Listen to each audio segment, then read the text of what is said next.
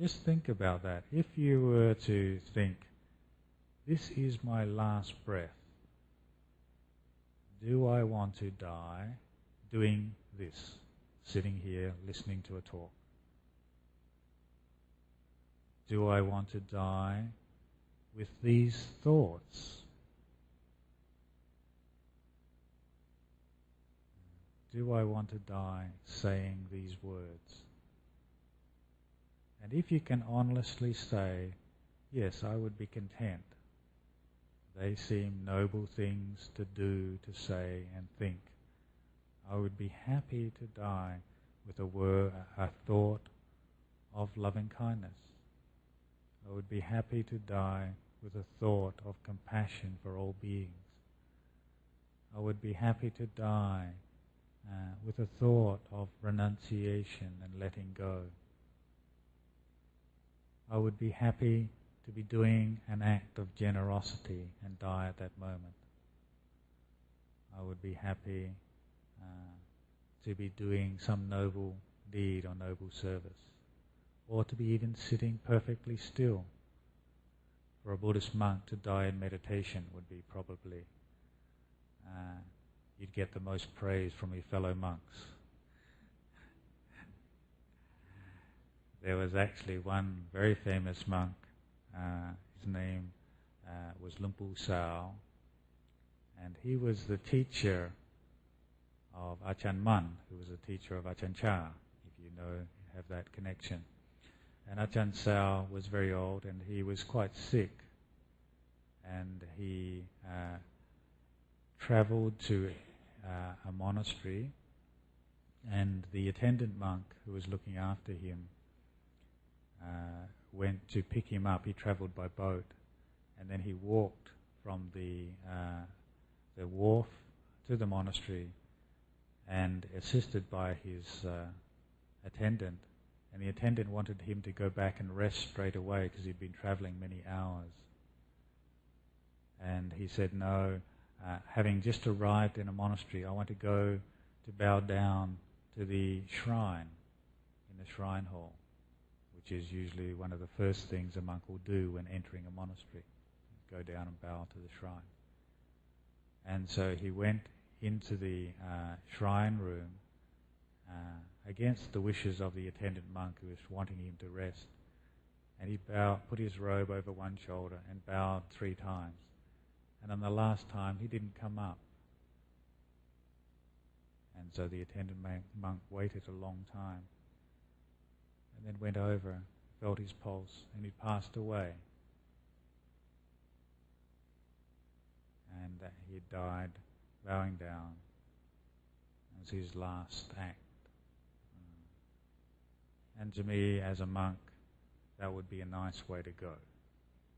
To either die in meditation or bowing down to the Buddha. For me, that would be a nice way to go. But the most important thing is not so much what you're doing with your body, it's what you're doing with your mind. Because what actually happens at death, and that's actually important to know. We define the body and mind as five characteristics. There's firstly the physical body, the biological organ of the body, or organism of the body, and then the mind. And the aspects of the mind are firstly thought, perception, and the ability to recall, memory,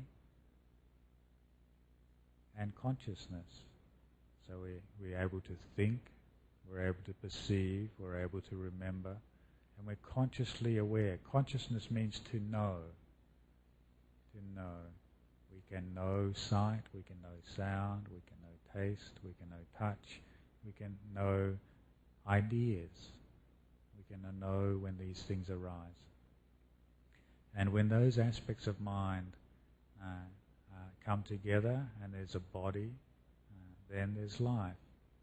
The life faculty is sustained. And the life faculty is sustained through one's action, through karma. But there may be some point that the body can no longer sustain, the body gets too old, then that aspect of mind has to leave that body and break up.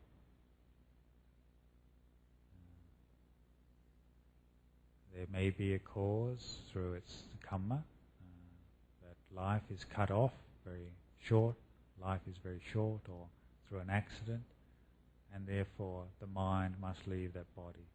It's a bit like all of you having to come into this hall. You've left your cars out in the car park. The reason you use your car is a vehicle to get between A and B, but it's the driver which directs that car.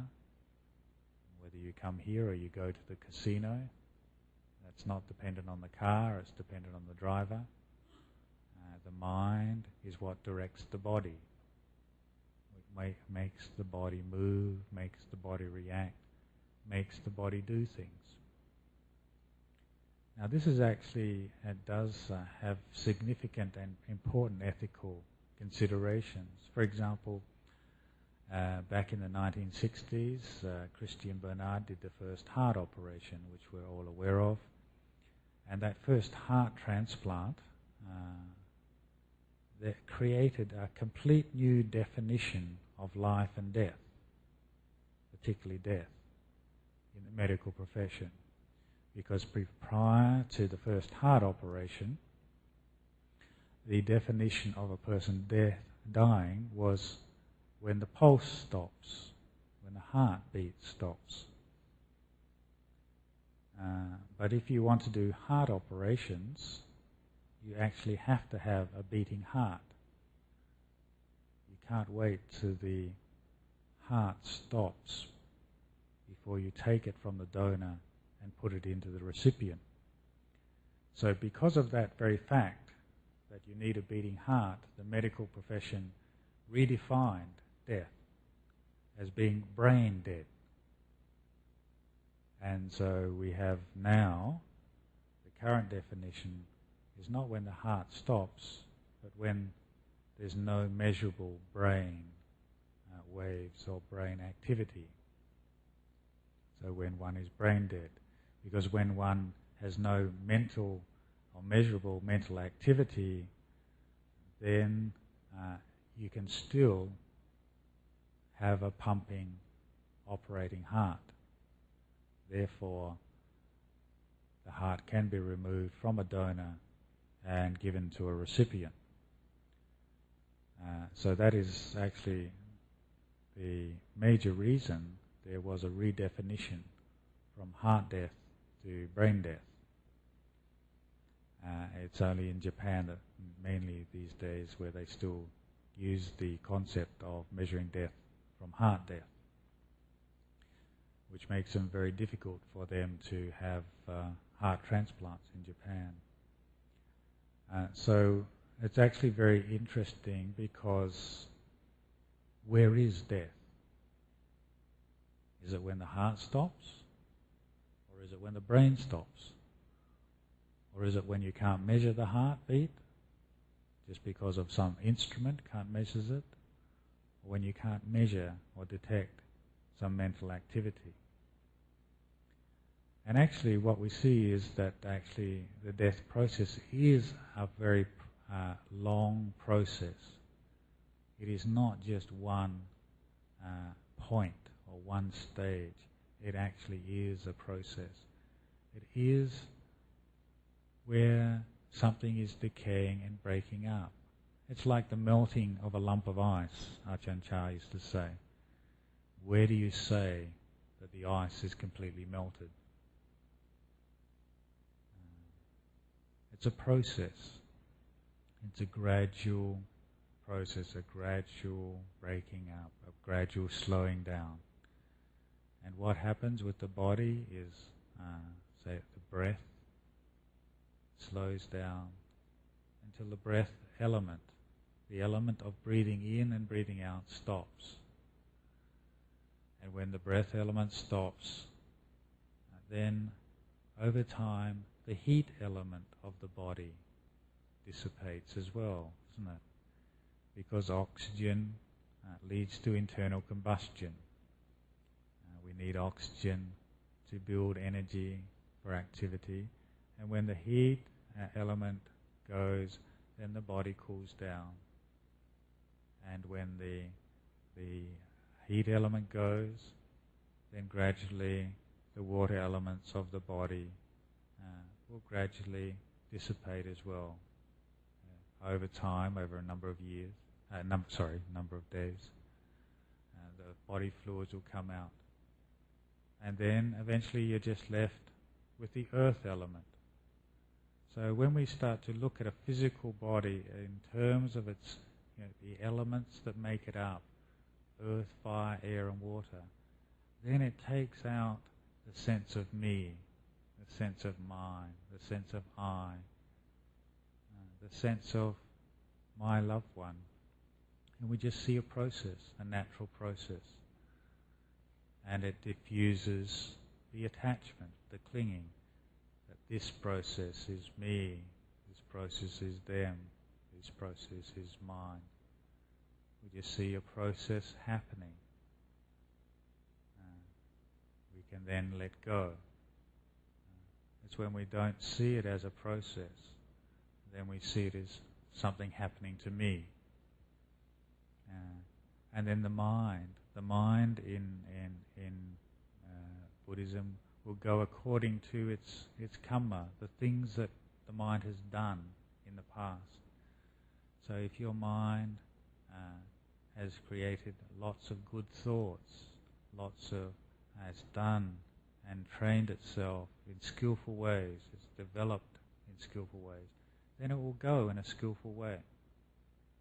That is why it's very important to actually train yourself when you go to sleep at night, to train the mind to go to sleep with mindfulness, with clarity,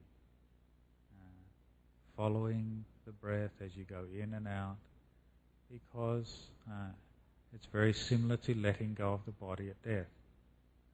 It's a way of just giving up. To go to sleep, you have to learn to relax. You have to learn to settle the body down and be comfortable in bed. If you are too interested in the body and the comfort of the body, you'll always be wriggling and moving. But it's when we give up our concern for the body and just relax and let the process happen, then we go to sleep. Now one can go to sleep by just going into dullness, but there's another way of going to sleep that meditators use, which is to sleep with awareness, where the mindfulness and conscious awareness is so strong of the process of the body resting that you're aware that you're asleep.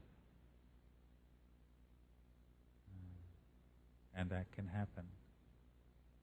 That you're actually consciously aware that the body is resting. And it's that sort of process that happens which helps in the process of dying. Because the most important thing you can do if you're ever around a dying person is to help them establish awareness. Help them to establish mindfulness, to die with clarity. One of the things that I was able to do for this lady who died recently was to suggest to the nurses that they don't give her morphine. Because the nurse told me that she made some grimaces with her eyes even though she was unconscious. And the nurse thought that she may be in pain, was not aware that whether she was or not, and decided to give her morphine just in case she was in pain. And I politely said that, though I'm not a medical professional, from a Buddhist point of view, if she does not need the morphine and can endure the pain, then it's preferable that the morphine is not given if she can withstand the pain. And that person was a person who was aware of meditation and had meditated, and so I had enough confidence that she would be able to handle the pain.